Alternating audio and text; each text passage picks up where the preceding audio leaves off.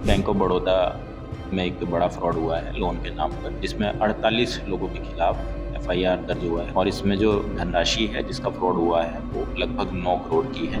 9 करोड़ 12 लाख रुपए का बड़ा scam bank of Baroda Raebareli के मुख्य शाखा प्रबंधक ने कोतवाली नगर में एक तहरीर दी और लोन के नाम पर 48 लोगों के ऊपर मुकदमा पंजीकृत किया गया।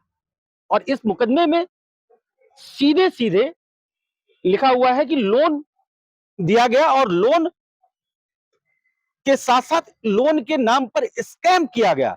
9 करोड़ 12 लाख रुपए का स्कैम। इस स्कैम में जब एफआईआर मीडिया के हाथ लगा तो लोगों के पैरे तले जमीन निकल गई। क्यों? क्योंकि जिस तरीके से ये मामला निकल के सामने आया और बैंक के ही कर्मी ने मुकदमा पंजीकृत करवाया, तमाम सारी जांचें की जा रही हैं।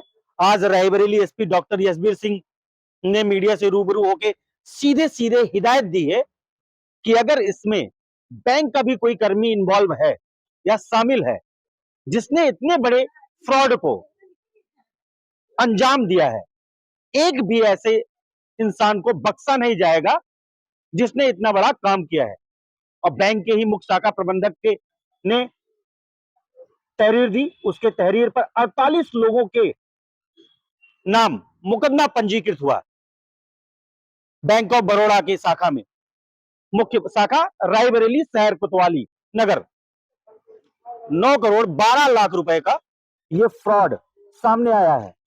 अब इसमें कुछ कर्मी हो सकता है रिटायर्ड हो, कुछ दलाल हो, ऐसे तमाम सारे लोगों के ऊपर रायबरेली पुलिस जांच कर रही है और जो भी तथ्य सामने निकल आएगा, रायबरेली एसपी डॉक्टर यशबीर सिंह ने सीधे सीधे निर्देश और फरमान जारी कर दिया है कि इसमें कोताही नहीं बरती जाएगी, इस पे सही तरीके से अमल किया जाएगा और उचित कार्रवाई कर इन सभी को जो भी सजा होगी वो सजा दी जाएगी।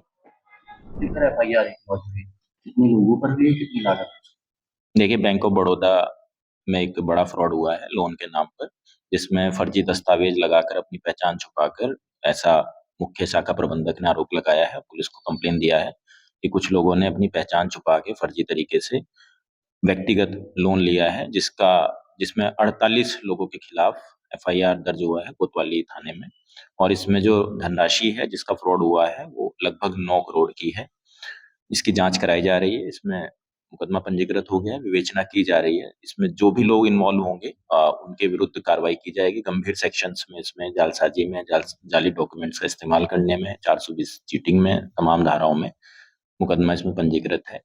और यदि बैंक के कर्मियों का रोल या बैंक के किसी तरीके के इंटरनल व्यक्ति का रोल या बैंक के किसी एजेंट का रोल इसमें होगा तो उन लोगों को भी इसमें अभियुक्त बनाया जाएगा। तो क्या लग रहा है कि बैंक के कर्मियों के बिना इतना बड़ा लोन और 20 लाख के नीचे किसी अमाउंट को सैंक्शन नहीं किया गया? क्या लगता है कि बैंक के कर्मी? देखिए, इससे पहले भी केसेस आए हैं जिसमें कहीं ना कहीं किसी न किसी तरीके से पूर्व कर्मी या मौजूदा कर्मी या रिटायर्ड कर्मी कहीं ना कहीं रोल निकला है। इसमें भी संभावना से इनकार नहीं किया जा सकता कि अंदर किसी न किसी की मिलीभगत होगी। इन सभी तथ्यों की गहनता से जांच की जाएगी और यदि कोई आरोपी पाया जाएगा, अपराधी पाया जाएगा उसमें इन्वॉल्व, तो जो भी हो उसके विरुद्ध कार्रवाई की जाएगी। 9 करोड़ 12 लाख लगभग रुपए की राशि का लोन के नाम पर फ्रॉड किया गया और 48 लोगों को हर एक खातेदार के खाते में लगभग 18 लाख, 19 लाख, 50,000, 20 लाख, 25 लाख ऐसे ऐसे लोन सैंक्शन किए गए। तो पॉसिबिलिटी है कि अंदर का कोई होगा, मतलब घर का भेदी लंका ढाता है, एक कहावत है और वो कहावत इस मुकदमे पर सटीक बैठती है। अब देखने वाली बात ये होगी और जांच के बाद क्या निकल के आता है कि बैंक का कौन कर्मी था, या रिटायर्ड कर्मी था, या दलाल थे, या एजेंट थे, ये कौन थे जिन्होंने इतने बड़े स्कैम को अंजाम दिया। मैं इंद्रवीर सिंह, IBC 24 के लिए रायबरेली।